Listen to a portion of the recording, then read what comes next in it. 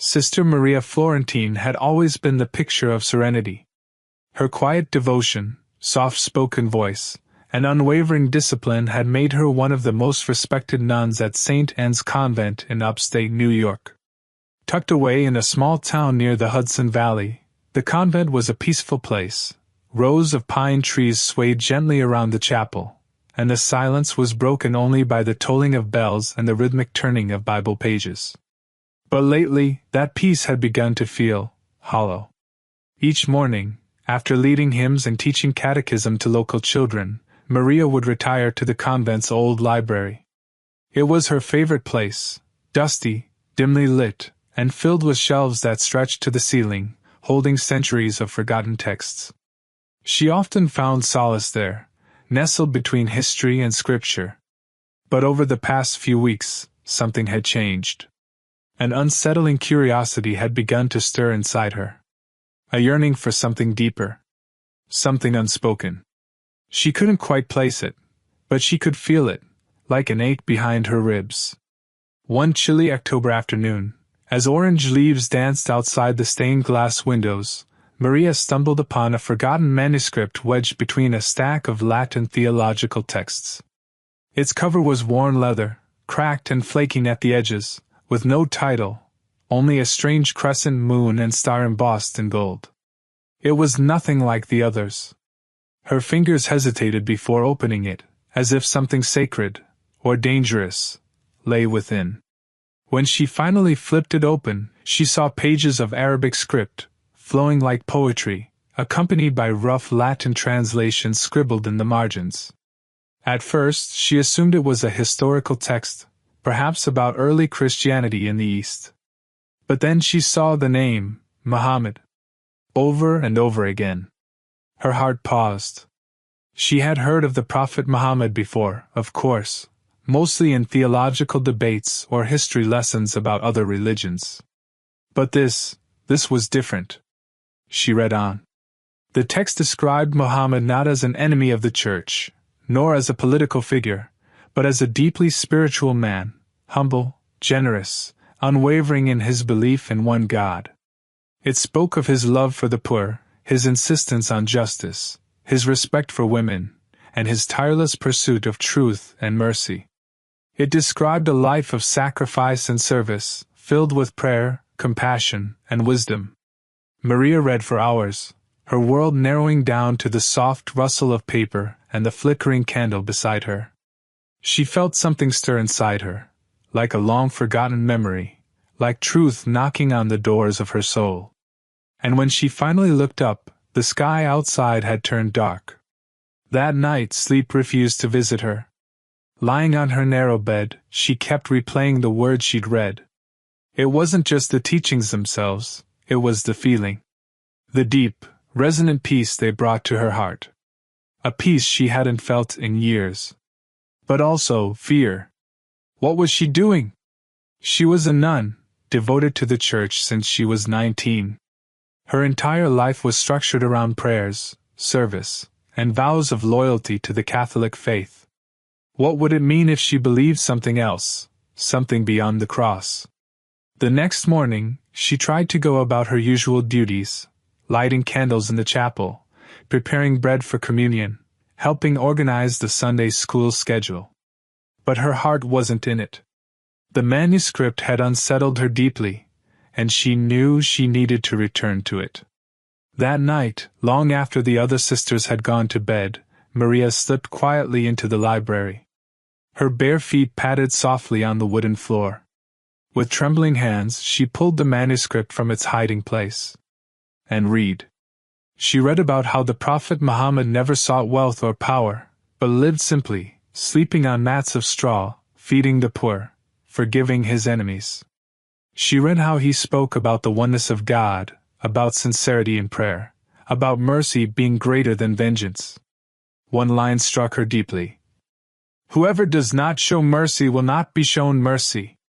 Tears welled in her eyes. This was no threat to her faith. This was light. Each night became a secret ritual. The manuscript became her sanctuary. A doorway to something she didn't yet understand, but needed desperately to explore. But her secret wasn't well kept for long. Sister Catherine, the senior nun who had mentored Maria for years, noticed the change. Maria was quieter than usual, her eyes distant during morning prayers, her questions more frequent and complex. One afternoon, as they were folding altar linens together, Sister Catherine placed a gentle hand on Maria's arm. "Is something troubling you, dear?" she asked with a concerned smile. Maria looked up, startled. She tried to shake her head, but her lips trembled. I don't know." Sister Catherine leaned in. "You've been searching. I can see it. Sometimes God lets us wrestle with our faith to lead us to something deeper. But you must be careful. The world outside this convent is full of confusion." Maria nodded, but inside, she felt a storm rising. She wanted to scream that the world inside the convent had become the confusion, that the manuscript spoke more clearly to her heart than anything she'd heard from the pulpit in years. She didn't speak, but that night, she returned to the library again. She needed to know more. She needed to decide. Was this just intellectual curiosity? Or was God guiding her towards something else? A few pages deeper into the manuscript, she found a passage that spoke of Islam's emphasis on intention, that God judges the heart above all. That even a small act, if done with sincerity, is more beloved to God than a grand display done for show. It was like her soul took a breath it had been holding for years. She closed the manuscript slowly, her fingers resting on the strange crescent and star. Her eyes closed. In that moment, she felt it, not just peace, but certainty. She didn't yet know what she was going to do, but she knew one thing: her life would never be the same. The days that followed were heavy. Sister Maria Florentine tried to carry on as if nothing had changed, but inside, everything had. Every prayer she led felt hollow. Every hymn she sang rang empty. She still wore her habit, still attended Vespers, still taught Scripture, but her heart was elsewhere, quietly echoing with the words she had read in the ancient manuscript. One morning, as frost clung to the convent windows and the chapel smelled of candle wax and cedarwood, Maria stood before the crucifix and whispered, "God, show me the truth. Whatever it is." That same afternoon, Sister Catherine appeared in Maria's room. Her expression was calm, but her voice carried weight. "Maria," she said gently, "the Archdiocese has received word that you've been reading materials not authorized by the Church. They want to speak with you." Maria's heart dropped. "Who told them?" "We have rules for a reason," Sister Catherine replied. "It's not about punishment. It's about protecting the faith." Later that week, Maria found herself in the convent's private meeting hall. The air was thick with incense. A few senior nuns sat in silence, while across from her sat Monsignor Keating, a calm, sharp-eyed man who had been with the diocese for decades. He folded his hands. "Sister Maria, we've been made aware that you've been spending a significant amount of time with non-Christian texts, particularly writings related to Islam. We would like to understand why." Maria swallowed hard. This was the moment she had feared, and yet, strangely, she felt calm. "I didn't seek them out," she said, her voice clear. "I found an old manuscript in the library. I read it. It spoke to me. It filled a silence I didn't even know was in my soul." There was a long pause. Monsignor Keating nodded slightly, but his expression remained stern. "You know the Church forbids exploration of other theologies without approval. Especially faiths that contradict our doctrine." "I'm not rebelling," Maria said quietly. "I'm searching." Sister Catherine's voice was soft but firm. "Maria, people have given their lives to this order. This life. This church. Are you saying it's not enough?" "I'm saying," Maria said, eyes welling, "that maybe truth isn't owned by any one place." The silence in the room was deafening. When Maria returned to her room that night, her hands trembled as she packed a few books and letters into a canvas tote bag. Her heart was heavy, but her mind was clear. She couldn't stay. Not out of defiance, but out of truth. That night, she walked silently out of the convent's back entrance, the gravel crunching beneath her worn shoes. The November air was cold on her face. She looked up at the night sky, scattered with stars, and whispered, "Guide me." She didn't have a destination, only a direction. South. For years she had heard about a quiet town in New Mexico where people of all faiths came for spiritual retreat, Santa Fe. Artists, seekers, monks, Muslims, mystics, all had walked its adobe streets. Something about that felt safe. Maria took a Greyhound bus, sleeping upright under fluorescent lights and unfamiliar murmurs. She ate quietly at rest stops, keeping her hood up, still unsure of what she had just done. And yet, for the first time in years, she felt light. When she finally arrived in Santa Fe, the town was bathed in golden morning light. The dry desert air wrapped around her like a warm shawl. Adobe buildings stood strong and still under the wide sky. The town felt like it had been waiting. She found a small room to rent behind an old bookstore run by a kind elderly couple who asked no questions. She introduced herself only as Maria, and paid in cash. The room was small, a single bed, a wooden desk, a window that faced the sunrise. That night she slept soundly for the first time in weeks. Over the next few days, Maria wandered the town. She walked through the historic plaza, visited art galleries, sat silently in the St. Francis Cathedral, her past and present overlapping in strange ways. But she couldn't shake the feeling that her journey wasn't over yet. Then, one Friday afternoon, while walking past the quiet street near the edge of town, she heard something unexpected, the call to prayer. It was faint, like a whisper carried by the wind. She followed the sound, and it led her to a modest stucco building with a green dome and a small wooden sign that read Masjid Noor. Her heart pounded. She hesitated at the steps, unsure whether she would be welcomed, or even allowed to enter. But something inside her urged her forward. Inside, she found a simple prayer hall, carpeted in green, with sunlight spilling through stained windows. A few women sat near the back, chatting softly, some with hijabs, some without. An older woman with silver hair and kind eyes noticed Maria's uncertainty, and walked over. "First time here?" she asked gently. Maria nodded. I'm not Muslim. I'm just trying to understand." The woman smiled warmly. "Then you're exactly where you're supposed to be." That simple sentence was like a balm to Maria's soul. The woman introduced herself as Layla, a former Episcopalian who had embraced Islam 15 years earlier. Over the next hour, they sat in the mosque's small tea room, drinking mint tea and talking about faith. Maria poured her heart out, the manuscript, the confusion, the confrontation with the church. Layla listened with patience and compassion. When Maria finished, Layla said, "Truth doesn't always come with comfort. But it always comes with peace. And peace is what Islam is built on." That night Maria returned to her rented room and stared at the ceiling. Her chest ached, not with fear, but with awe. Everything was changing. She didn't yet know where this path would lead, but for the first time in her life, she wasn't afraid of not knowing. She was ready to follow it. Weeks passed quietly in Santa Fe, each day wrapping Sister Maria in a gentleness she hadn't known before. She stopped wearing her habit, letting the desert breeze tangle her hair. She walked the sunlit streets with a paperback Qur'an in hand, highlighting passages, jotting down questions, reflecting deeply. Her soul had been cracked open, and now light was pouring in. Layla introduced her to a small study circle of women at Masjid Noor. They met every Tuesday after sunset. Some were born Muslim, others converts, each with a story, each with a wound they had turned into prayer.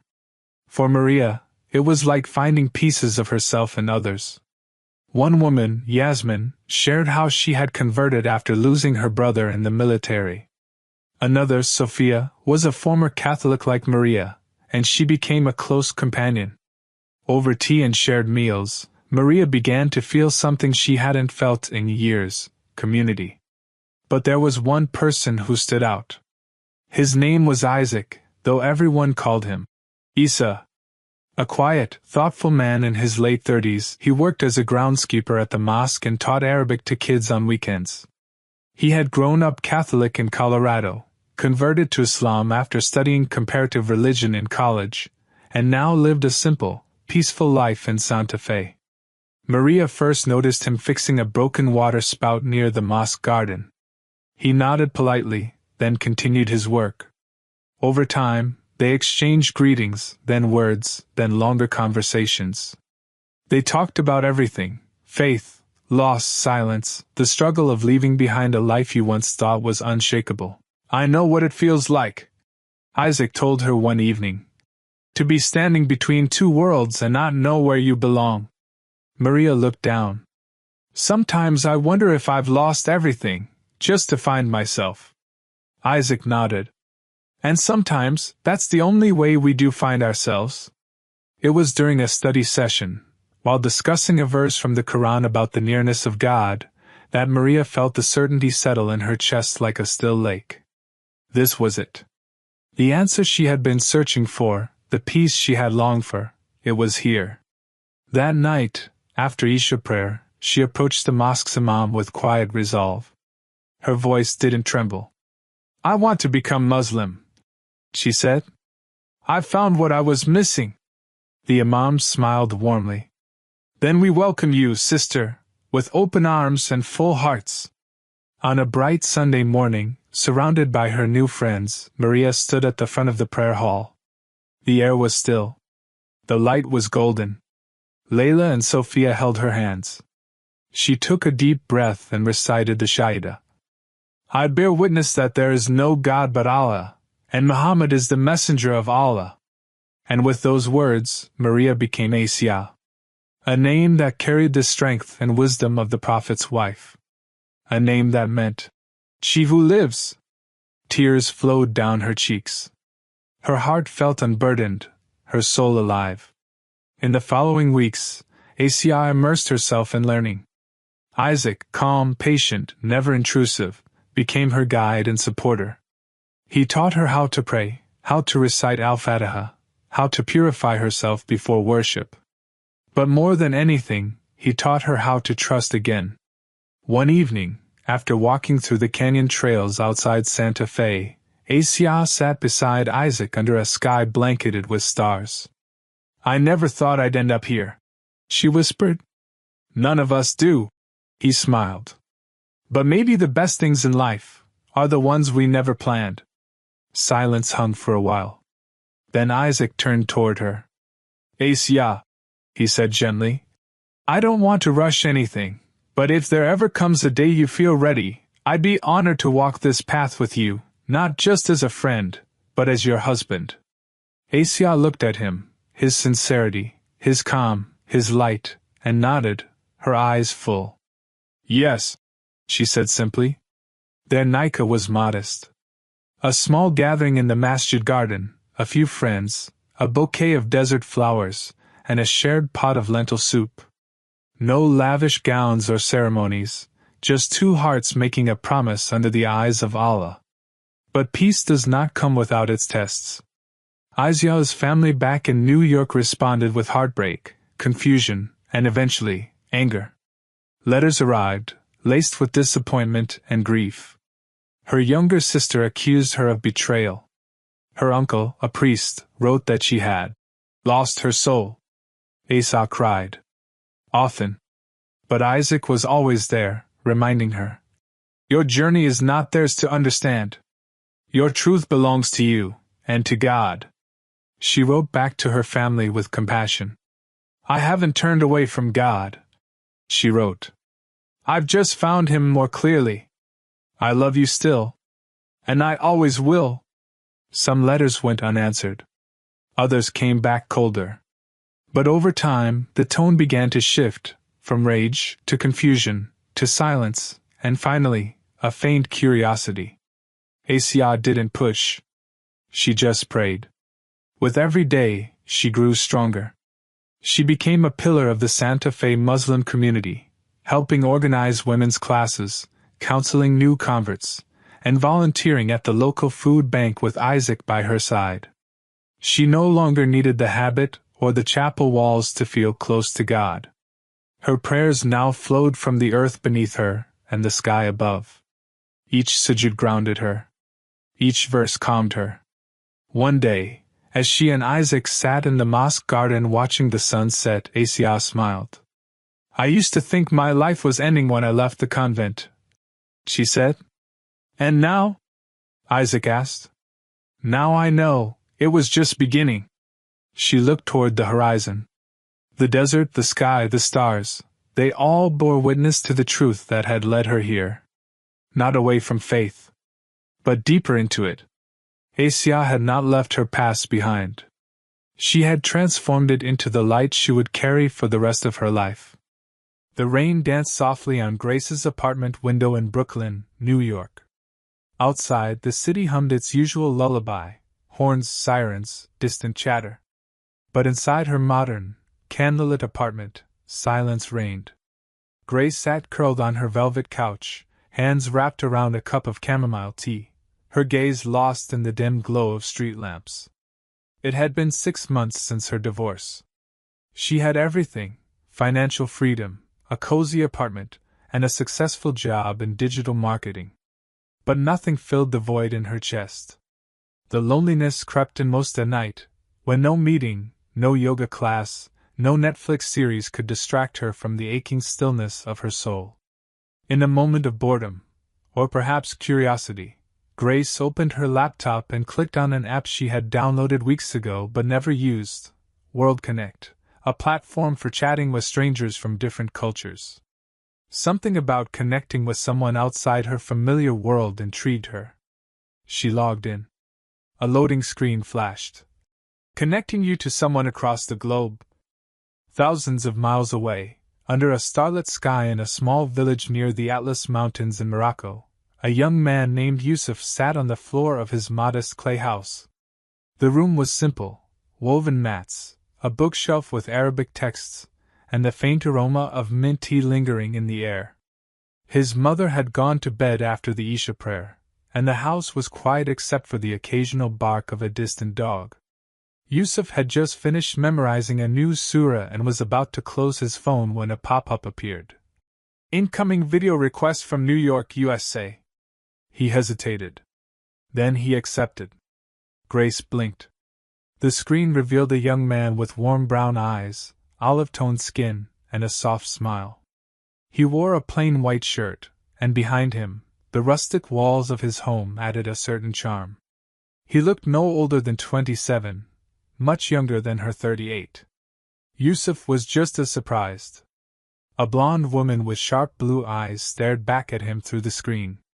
Her face was calm, but her eyes seemed tired, like she had seen too much of the world and found too little worth staying for. "Hello?" Grace said, trying not to sound awkward. Yusuf straightened up and replied with a thick accent. "Hello? How are you?" "I'm good." She smiled, adjusting her messy bun. "And you?" "I am also good," he said, his pronunciation careful. The first few minutes were filled with pauses, nervous laughter, and language stumbles. But something unspoken passed between them, a quiet curiosity, a willingness to listen. Yusuf told her about his village, how life moved slowly, how mornings smelled of fresh bread and the call to prayer echoed through the mountains. He showed her pictures on his phone, of sunrises over the red earth, children playing soccer on dusty fields, goats roaming freely. Grace was fascinated. "I've never seen anything like that," she whispered. "You are welcome to visit," he said, then quickly added, "I mean, if you ever come to Morocco." She chuckled. "I'll think about it." They talked for nearly 2 hours. When the call ended, Grace found herself smiling at the dark screen. She hadn't felt this light in months. She didn't know what this was, but it felt real. And across the world, Yusuf stared at his phone a little longer than usual, a shy smile tugging at his lips. The days that followed brought more messages than calls. Yusuf would video chat with her after Maghrib, when his chores were done and his mother asleep. Grace began looking forward to those conversations. She loved how he spoke, calm, respectful, genuine.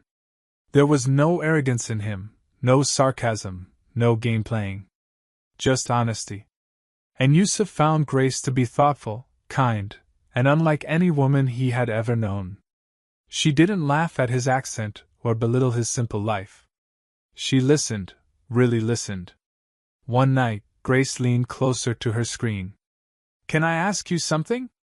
"Of course," he said. "Does it bother you that I'm older than you?" Yusuf smiled gently. "Age is from Allah. What matters is the heart." That answer made her heart beat a little faster. She wasn't looking for romance. Not again.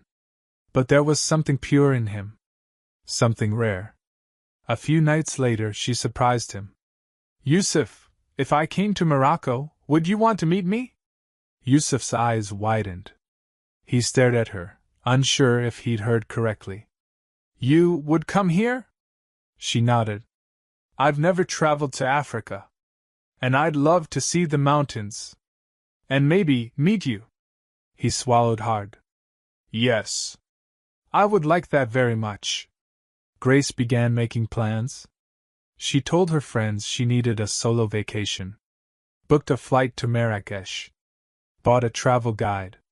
But what she didn't realize was that this trip would change her life in ways she never expected. The day finally arrived. Grace stood in the crowded JFK airport terminal, a backpack slung over her shoulder and a passport clutched tightly in her hand. Her heart raced, not with fear, but with something else. Anticipation. A feeling she hadn't felt since she was a teenager about to set out on a grand adventure. She boarded her flight to Marrakesh, Morocco, unsure of what would happen but certain she needed this change. Not just scenery, but something deeper. Healing. After a long flight across the Atlantic, she stepped out into the warm Moroccan air. The sun blazed overhead, and the unfamiliar sounds of Arabic being spoken all around her filled her ears. Her senses buzzed, everything felt so alive, so different from the glass and steel landscape of New York. She navigated the busy Marrakesh airport, and caught a ride toward the mountains. Yusuf had told her he lived in a small town near the high Atlas Range, where few tourists ever ventured. She would need to pass through the city of Ouarzazate first, and then find a local driver to take her deeper into the countryside. At the bus terminal, Grace hesitated. The signs were in Arabic, and her phone's internet was patchy.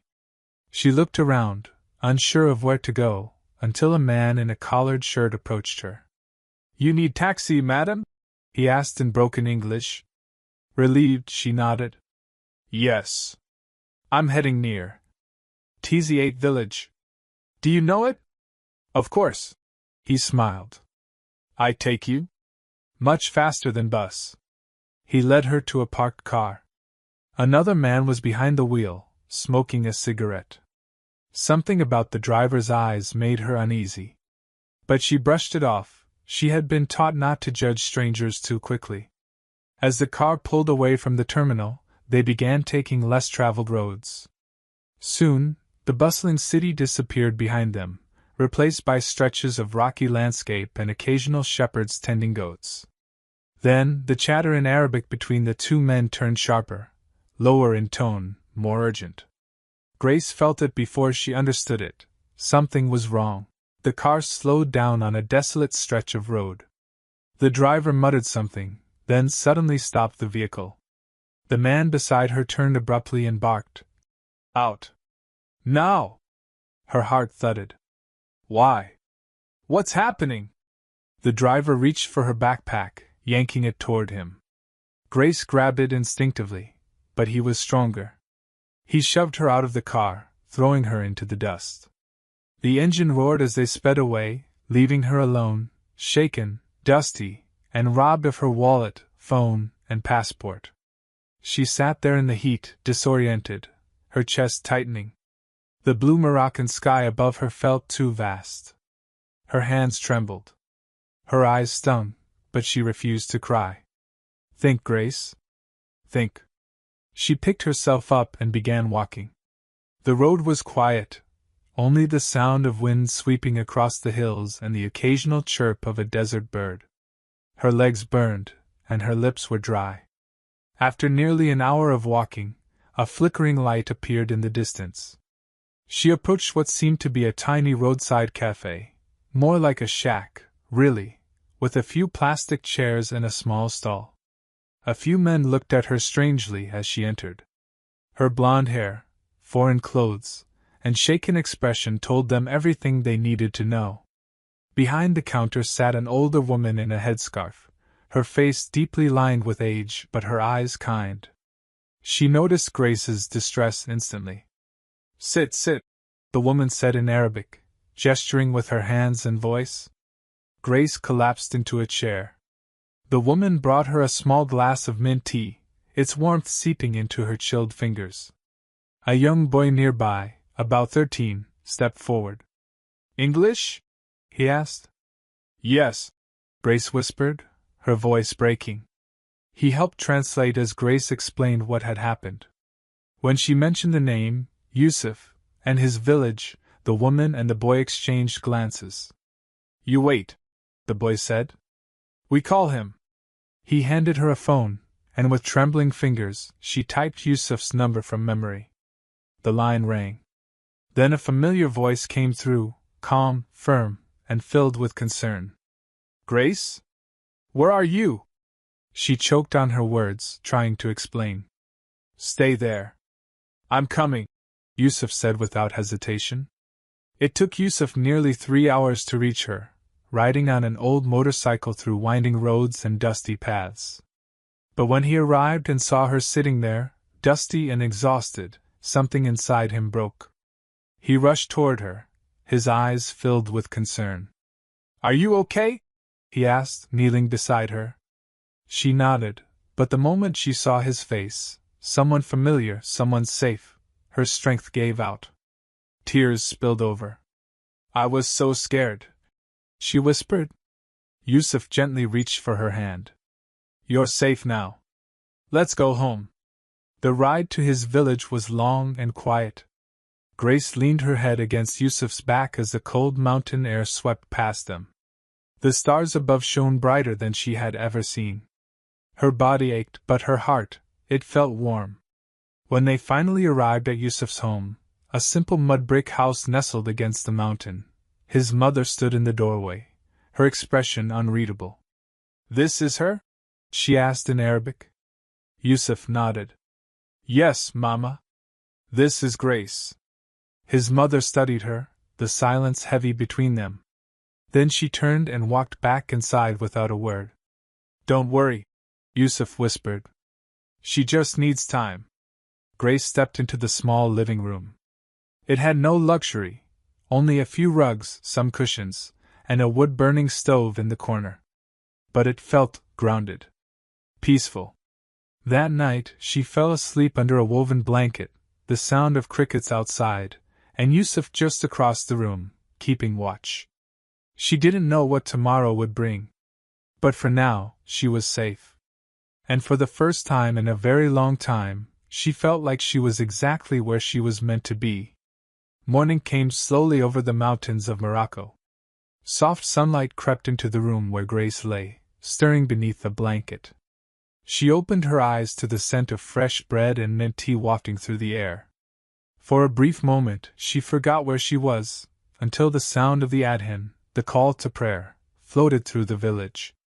She sat up, rubbing her eyes, and looked around. The room was modest but peaceful. Woven rugs, clay walls, and a small window with a view of the Atlas Mountains. It was so different from the sleek, cold apartment in Brooklyn. Down the hallway, she could hear faint whispers, Yusuf and his mother praying in unison. Grace tiptoed out and found Yusuf in the courtyard, pouring water over his hands in a small ablution basin. He looked up, smiled softly. Good morning. Did you sleep well? I did, she said honestly. It's quiet here. Peaceful. Alhamdulillah. he replied. His mother appeared from the kitchen, holding a tray with flatbread, olives, eggs, and steaming tea. She placed it on a mat in the living room without a word, then returned to the kitchen. Grace watched her, unsure if the silence was disapproval or simply cultural. She still doesn't like me, does she? Yusuf chuckled gently. She doesn't know you yet. It takes time. Grace nodded. I want to help her, to help around the house. And so she tried. That week, Grace began adjusting to life in the village. She washed dishes using well water, learned how to light the wood-fired stove, and even helped knead dough in the kitchen. At first, her soft hands struggled with the rough rhythm of village chores, but she persisted. She woke to roosters at dawn. She bathed with cold water poured from a metal bucket. And she began to feel stronger. Still, the hardest part was the stairs. Every time she stepped outside, the villagers would pause. Some would whisper, others would nod politely, but most looked at her with quiet curiosity, or judgment. Why would a Western woman come here? Is she just using him? Does she even understand our life? Though they spoke in Arabic or Berber, Grace understood enough through body language and tone. It stung. But she kept going. Yusuf stood by her every step. He taught her how to greet elders with respect, how to eat with her hands from a shared dish, how to walk through the village with confidence. In the evenings, they sat outside under the stars, sipping tea. I'm starting to feel like I belong here, she said one night. Yusuf smiled. That's because you're not just a guest anymore. But what touched Grace the most was what happened every dawn. Each morning, Yusuf and his mother would rise early for far. Grace would lie in bed, listening to the water splashing during wudu, the soft rustling of prayer rugs, and the peaceful murmuring of Arabic prayer. It wasn't just ritual, it was tranquility. A spiritual rhythm she had never experienced. One afternoon, while peeling carrots in the kitchen, Grace turned to Yusuf's mother. May I ask, why do you always look so calm? The older woman glanced at her, eyes thoughtful. Then, in slow English, she said, Because we believe in Allah's plan. Rizq, happiness, sadness, all written. We just live, trust, and say Alhamdulillah. That answer shook something inside Grace. She had spent years chasing control, her career, her body, her image, her relationships. But this woman, living in a house without a heater or microwave, had peace she had never tasted. That night, she couldn't sleep. She sat by the window, staring out at the stars, thinking deeply. The next day, Grace asked Yusuf for a book about Islam. Are you sure? He asked, careful not to sound overjoyed. Yes, she said. I don't know if I believe it all, but something in it feels right. And I want to understand. Yusuf handed her a translated Qur'an and a small book titled The Heart's Journey to God. She read slowly, sometimes only a page a day. Words like tawakkul, trust in God, sabr, patience, and rahmah, mercy, began to settle into her heart like seeds. She asked questions. What does it mean to believe in Qadr?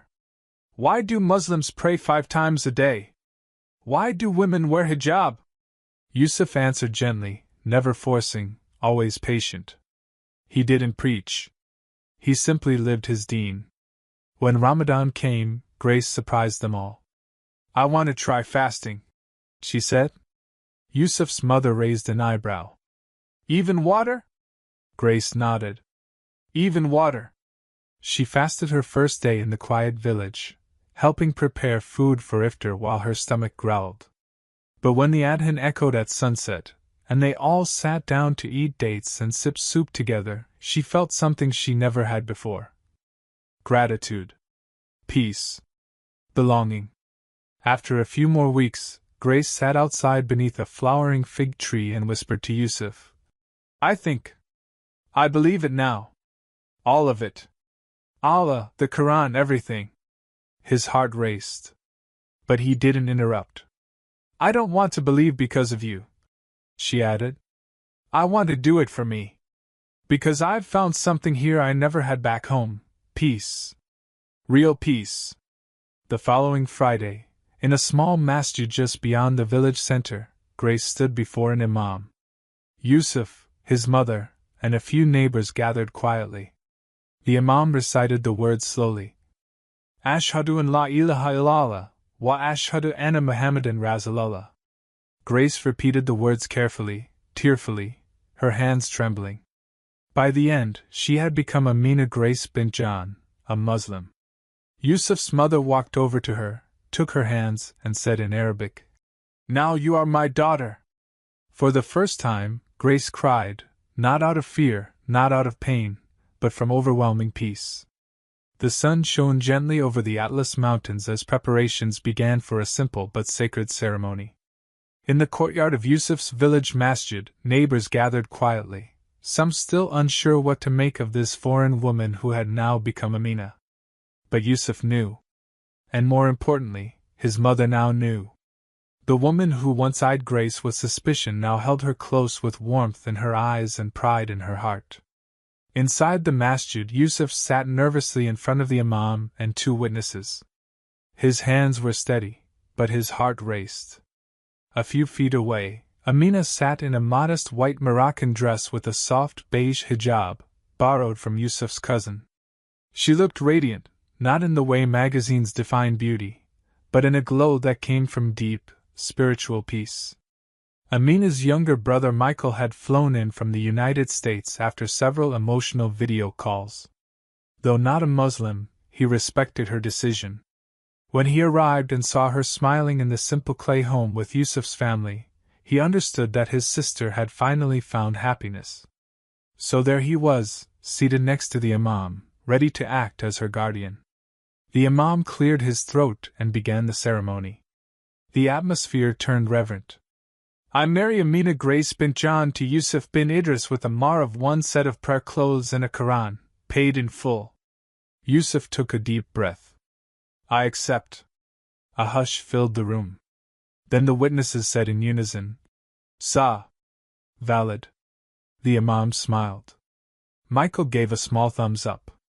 And Amina, she cried softly, her heart full. After the ceremony, they returned home where a few neighbors brought dishes, tajin, couscous, fresh bread. There were no wedding gowns, no luxury chandeliers, no ballroom speeches. Just warmth, laughter, and sincere prayers. The weeks after their nikah passed quickly. Amina and Yusuf, now husband and wife, began building their life together. But they knew that to stay in the village long term, they needed something more stable than Yusuf's occasional work as a local guide. One evening, as the call to Maghrib echoed in the distance, Amina sat beside Yusuf under a fig tree. "I've been thinking," she said. "What if we start a proper tourism business? A real one. We could offer immersive Islamic cultural tours for Western visitors, show them the beauty of Morocco the way you've shown it to me." Yusuf was intrigued but cautious. "That would be amazing, but we have no capital." Amina looked at her phone. "Maybe we do." She called Michael. "What's up, sis?" he asked. She explained the idea, how Yusuf could guide tours through the mountains, how they could host guests in the village for authentic experiences, and how her background in digital marketing could help attract clients. Michael paused, then laughed. "You've changed, Grace." "I know. In all the best ways." "I'll help," he said. "Think of it as my wedding gift, and an investment." With his support, they began laying the foundation for their new business. They registered a small company, built a simple website, and bought a used vehicle for safe transport. Yusuf started taking English classes online, and Amina created an Instagram account showcasing Moroccan landscapes, Islamic heritage, and daily village life. They called it Kalb Safar, Heart Journey. Clients started coming, first curious backpackers, then Muslim couples from Europe and America seeking spiritual getaways. The business grew slowly but steadily, always rooted in sincerity and simplicity. About 9 months after their marriage, something changed in Amina. She began waking up dizzy. Her appetite grew. She started craving out things: dates with lemon juice, mint tea at sunrise. One morning, she fainted briefly while sweeping the courtyard. Yusuf rushed to her side, alarmed. "You didn't eat enough," he said, helping her sit up. "No, I think something else is going on." They visited the local midwife. After a gentle checkup, the elderly woman smiled and said, "Mabruk. Congratulations. You're going to be parents." Amina froze. Tears welled in her eyes. Yusuf was speechless, staring at her in awe. Then he suddenly laughed, pure, joyful laughter. "Alhamdulillah," he whispered. "We're having a child." They returned home, and for the first time, Yusuf's mother danced with joy in the kitchen. The whole village celebrated the news. Women brought gifts. Children ran around shouting, "Khalti Amina is going to be a mama!" As Amina's belly grew, so did her sense of purpose. Every night Yusuf would place his hand gently on her stomach and whisper to their baby, "Come safely, little one. We can't wait to meet you." One early morning, as the fog lifted over the hills and the scent of wet earth filled the air, Amina sat on the porch of their clay home. She cradled her growing belly and stared out at the rising sun. She wasn't the same woman who once cried into her tea in a high-rise apartment in Brooklyn. She was a Muslim now. A wife. Soon a mother. She had faced judgment, fear, loneliness, even danger, but Allah had led her through it all. And now, in a quiet Moroccan village surrounded by faith, family, and love, she was exactly where she was meant to be. This was more than a love story. This was a journey back to the heart.